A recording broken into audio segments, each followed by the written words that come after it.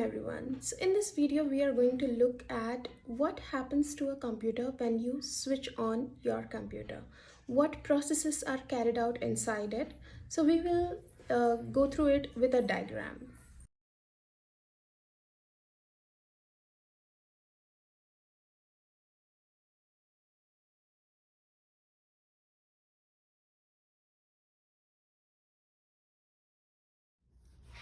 So why I have drawn this dotted line? This dotted line means that the RAM is extensible. So for example, consider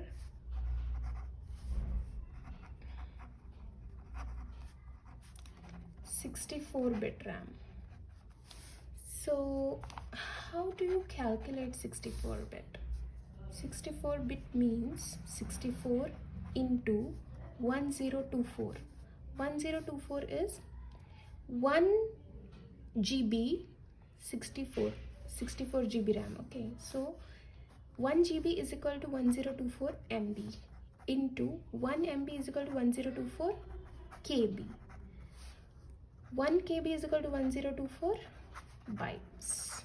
So that's how 64 GB of RAM is calculated, for example. Okay, so this is RAM. Now consider another device, that is hard disk drive. Okay, in what is hard disk? Hard disk is a place where all the programs are stored. So it is a storage place. We can't run anything on hard disk. So OS also gets stored on hard disk. This is operating system. What is operating system? Operating system is nothing but bunch of vital programs, you can say. So now what I'll do is I will take a snap of operating system. What is there in operating system? So operating system contains, first thing is BS. BS means bootstrap program.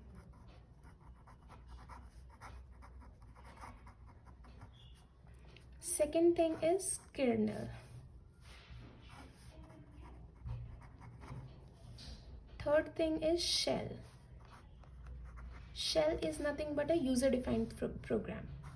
So this shell is responsible for running all the different programs. For example, Chrome. Shell will also run any other media player is there. Then something that is our Visual Studio. So all these things will be run by shell. So bootstrap is present in all the operating systems. So bootstrap is responsible for running kernel. Kernel is responsible for running shell. Shell is responsible for running all other user programs. Now the question is, how does and who runs the bootstrap? How does bootstrap gets the energy, or how is bootstrap run? So we will consider another diagram. So this is the switch. Here you are doing the power on. Okay, so after power on, the power goes to a component called as SMPS. SMPS means, or its full form is switchable modular power supply. Okay, after this component, the power goes to motherboard. So consider this as motherboard. So motherboard contains CPU. CPU has a component called as ACPI. ACPI is nothing but advanced configurable power interface.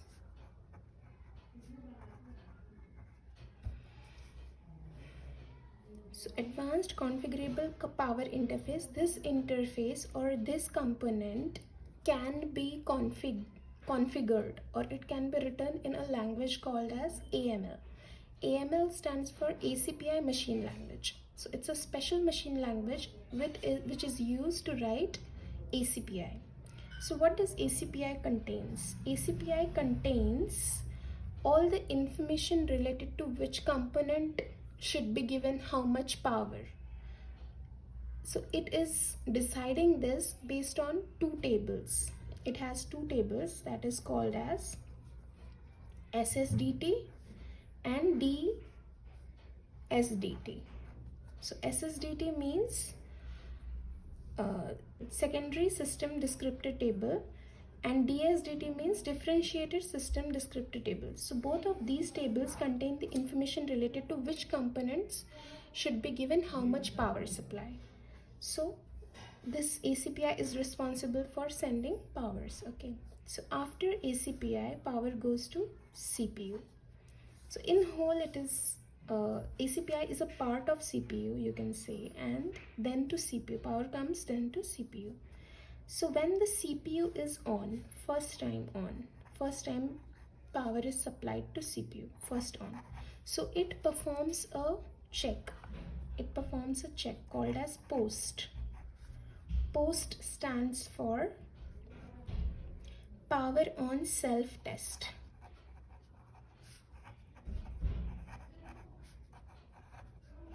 So what does this test contain? It checks if it has minimum 20 wires or 20 bits.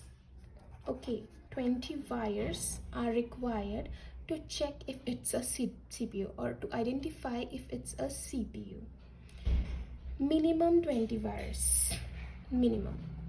So if there are at least 20 bits present, that means it's a CPU. So that after identifying if it's a CPU, it is that particular mode, or the identification mode or power on mode is called as real mode.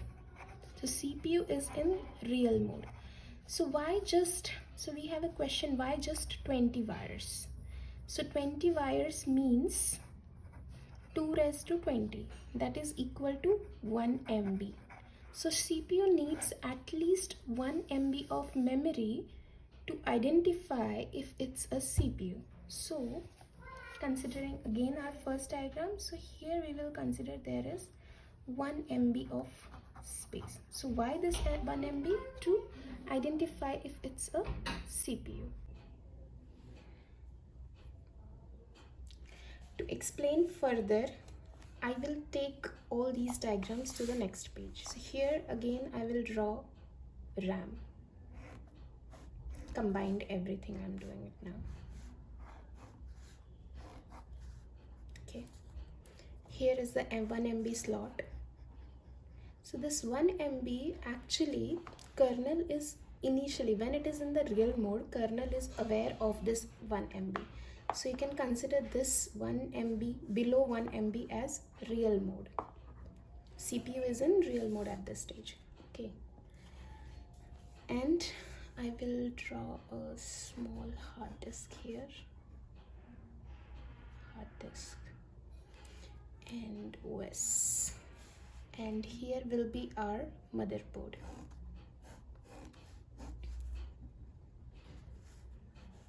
With ACPI and CPU. Okay. Now below CPU there is a special ROM. This ROM is called as boot ROM. So I'll name it as boot ROM. So CPU will first go to boot ROM and load the boot ROM. To run the programs in boot ROM, it has to load the programs in boot ROM to RAM, so which is called as boot RAM. This is boot RAM. It will load it below 1 MB. So this boot RAM is not actually bootstrap. It is different set of programs and it is called as boot RAM. So it will load it below 1 MB in the space 64 KB. This whole space will be of 64 KB. It will load the boot RAM below 1 MB in the 64 KB space. After loading the boot RAM or after running the boot RAM, it will consider another ROM that is called as BIOS ROM. BIOS ROM. So this ROM, what is the full form of BIOS? BIOS is basic input output system. So this ROM contains all the information related to input output devices. So it will load this. Second thing what it will do is it will load this BIOS ROM programs in another slot of memory which is of 192 KB. Here it will store BIOS RAM and it will run all the programs related to BIOS ROM. Next ROM is VROM. VROM is video ROM. So nowadays this VROM comes in graphics card. So earlier it used to come in VROM and it stores video related information in VROM and it runs that VROM or it loads that VROM in the RAM in the third position, which is approximately 128 KB. Here it will store VRAM. So it will run all these programs. The next thing that CPU does, the fourth thing. So first thing was it went to boot ROM. Next thing it did was BIOS ROM, and third it went to VROM. The fourth thing that CPU will do is CPU will go to BIOS ROM.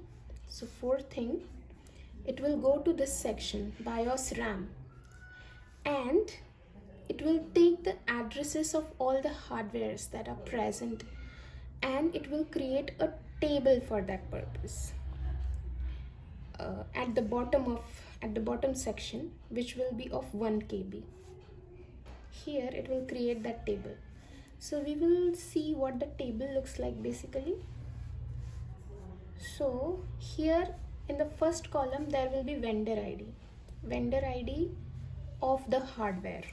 So whichever hardware it is, vendor ID of that. Then there will be device ID of the hardware. Then there will be motherboard or you can say the address of the hardware where it is stored on the motherboard. So all the hardwares are stored on the motherboard. For example, graphics card and all these things are stored on the motherboard and all of them have got a specific address. So all the addresses of the devices on the motherboard address of hardware. Okay, next it will store device unique number.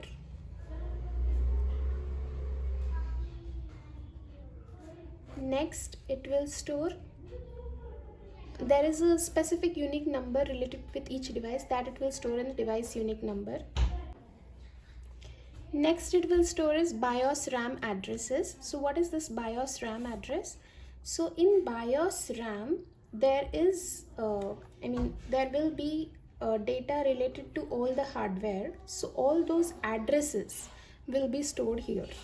So this table looks like this and it's very important table for the CPU to check what all hardwares are present in the system. Next thing it will create is it will create a BIOS data. Here it will create BIOS data and this BIOS data will be stored above this table. This BIOS data will contain, like for example, our hardware is keyboard. First hardware is keyboard. So in that keyboard, how many keys are present? what kind of keyboard it is, or if it is mouse, then what kind of mouse it is. I mean, the data related to that hardware will be stored in BIOS data. Then the next thing that the CPU will do is, CPU will, now we will again go to the first question, how will Bootstrap run, right? So after doing all these things, CPU will bring the Bootstrap program that is present in the OS, and it will run that Bootstrap program in the remaining 630, it is around 630 KB memory. So here first it will run the Bootstrap program. So after running the Bootstrap program, we can see the system is booted, or the booting is successful. So now the question arises, if there are multiple storage devices present, like we have pen drive, and pen drive will also have a Bootstrap present in it. We have for example CD drive. So which device will run first? So this sequence is also present in the boot section. Okay, so we can do that. So so here that Bootstrap program will run. After Bootstrap is run, it will again bring the kernel, and it will run that kernel here. Okay, after kernel runs, that means OS is up and running. After kernel runs, then kernel will run the shell program as we saw here. Bootstrap will run the kernel, kernel will run the shell, shell will run all other user programs. So this is how the booting process is completed in a computer system. So now, so we talked about many things in this. So I will again talk about, there are many fundamental topics in this video. So we will talk about all the basic things in the, one by one. So for example, in the next video we can take RAM or any other storage devices that we talked about, or any other specific topic. Please let me know in the comment section.